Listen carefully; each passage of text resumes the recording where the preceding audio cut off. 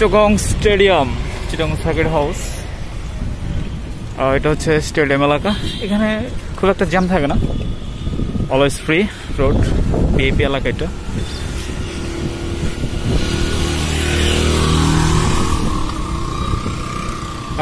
আজকে এটা হচ্ছে শিশু পার্ক, মেবি যতটুকু জানি, হ্যাঁ শিশু পার্ক। তো রেস্টুরেন্ট, কিছু রেস্টুরেন্ট খোলা আছে, বিএপি রেস্টুরেন্ট, সাকুরা কাবাব, রেডিসন। এখানে কিন্তু বাংলাদেশ যখন কোনো খেলা হয়, ক্রিকেটাররা কিন্তু এই হোটেলেই থাকে, Radisson blue. Beautiful Radisson blue.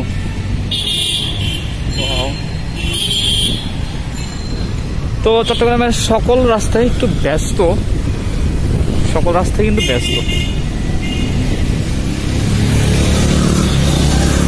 এখানে সব ভিআইপি আর কি, সব ধরনের রেস্টুরেন্ট, টেস্টি ট্রিট। এলাকাটা না একদম অন্যরকম চট্টগ্রামের ভিতরে এই স্টেডিয়ামের এলাকাগুলো, কারণ এখানে ক্রিকেটাররা কিন্তু বের হয়ে এগুলো রেস্টুরেন্টে খায়, হয়তো বা খায় সামটাইম। আর সামনে হচ্ছে সিআরবি। সিআরবি নিয়ে কিছু কথা বলি। সিআরবি নিয়ে রিসেন্টলি কিছু কথা, সেটা হচ্ছে যে সিআরবি তো অনেক পপুলার একটা জায়গা, যেটাকে চট্টগ্রামের প্রাণ হিসেবে আখ্যায়িত করা হয়। তো এখানে মেবি একটা হসপিটাল হওয়ার কথা শুনছিলাম, হসপিটাল হবে নাকি এরকম কথা শুনছিলাম। তো সেটা নিয়ে অনেক আন্দোলন হয়েছে লকডাউনের ভিতরেও। তো জানি না কতটুকু এটা হবে কিনা। এটা হলে আসলেও অনেকটাই পর্যটন, যেহেতু এটা পর্যটন এরিয়া, পর্যটন বলতে যে এটা মানে একটা অক্সিজেনের জায়গা আর কি। সবুজ দেখেন, আপনি দেখতে পাচ্ছেন পাহাড় পর্বত, মানে গ্রিন হাউসের মতো সবুজের সমান। মানে শহরের ভিতরে এরকম জায়গা আসলে দুষ্কর।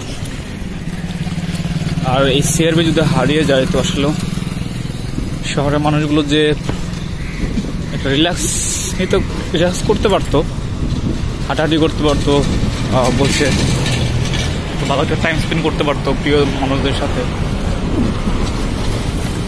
বিউটিফুল সিআরবি, পুরোটাই পাহাড় আর কি, এরকম পাহাড় দেখতেই পাচ্ছেন, কি সুন্দর পাহাড়। তো চিটাং শহরটাই ধরতে গেলে পাহাড়।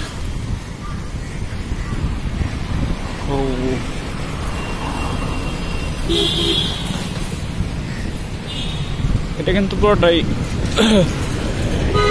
রেলওয়ের আর কি জায়গা, সিআরবি।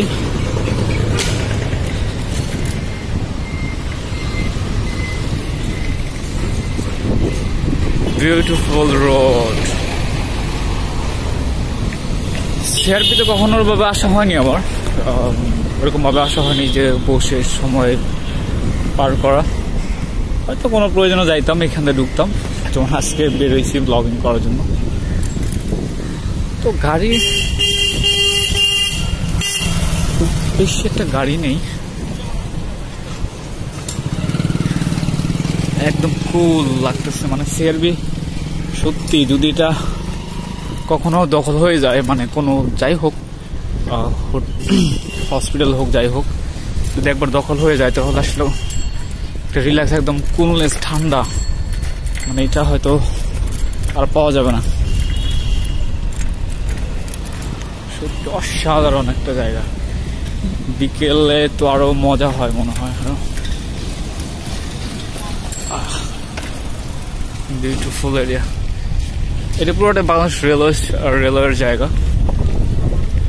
এখন মোটামুটি সিআরবি ফাঁকা, তো অলওয়েজ এখানে লোক আসে, একদম ঠান্ডা পরিবেশ। আমি বলতে গেলে এতক্ষণ রাইড দিয়ে আসলাম, আমার এখন অনেক ভালো লাগতেছে। মানে এত সুন্দর ঠান্ডা, আসলেও প্রকৃতিক যে আমাদের কি দিচ্ছে, আর আমরা যদি সেগুলো ধ্বংস করে ফেলি তো এগুলো কিন্তু আর কখনো ফিরে আনতে পারবো না। দেখেন সিআরবি শহরের ভিতরে কত সুন্দর একটু পাহাড়, পুরো গাছ, সবুজ সমারোহ, মানে একদম কুলনেস। আমি আপনাদের বলে বোঝাতে পারবো না। আমি যতক্ষণ রাইড দিচ্ছি তো আমার খুব গরম লাগতেছিল। তো সিআরবিতে যখন ঢুকলাম, মানে এক কথায় অসাধারণ ফিল, একদম কুলনেস। অনেক ভালো লাগে রাইডিং করতে, অনেক ভালো লাগে শহরে ঘুরতে। তো সিআরবি অল দ্য বেস্ট। আমি রাইড করে আসলাম, সিআরবিতে যখন আমি ঢুকলাম মানে এতটাই কুলনেস লাগতেছিল, মানে কুল হয়ে গেছে একদম। আর সামনে হচ্ছে চিটাগং রেল স্টেশন, অর্থাৎ নিউ মার্কেট এটাকে বলে। এটাও খুব ব্যস্ত একটা এরিয়া। ফ্লাইওভারটার আমি নাম জানি না, আমি জানি না স্যার ফ্লাইওভারটার নাম কি। তো এটাও খুব ব্যস্ত একটা রোড, ব্যস্ত এরিয়া। খুব বেশি গাড়ি নেই। তো দুপুরের সময়টা কিন্তু আসলে খুব একটা গাড়ি থাকে না। বিকেল টাইমে মেবি গাড়িটা বেশি আসবে, যখন আমি বিকেল টাইমটা আপনাদের কম্পেয়ার করে দেখাবো। বিকেল টাইম মেবি গাড়িটা বেশি থাকবে। তো যাই হোক, আজকে আমি আপনাদের মোটামুটি চিটাগংয়ের সব কিছুই, মানে সব শহরের বিশেষ বিশেষ জায়গাগুলোর অবস্থা আমি দেখানোর চেষ্টা করব। পাশে গাড়িগুলো দাঁড়িয়ে আছে, এখন যে রাস্তাটা যাচ্ছে এটা কিন্তু আমি যতবার আসছি এদিকে সবসময় কিন্তু ব্যস্ত পাইছি, মানে এতটাই ব্যস্ত, জ্যাম থাকতো অলটাই। ফ্লাইওভার থাকা সত্ত্বেও জ্যামে পাইতাম বেশি। তো সে অনুযায়ী এ পাশে মোটামুটি শুধু রিক্সা দেখতেছি আর মোটর সাইকেল। তো এ পাশে খুব একটা বেশি নেই, গাড়িগুলোর আনাগোনা নেই।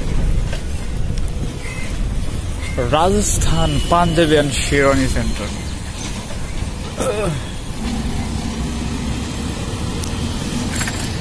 চট্টগ্রাম রেল স্টেশন, এটা কিন্তু চিটাগংয়ের পুরাতন রেল স্টেশন যেটা বলে, পুরাতন ভবন।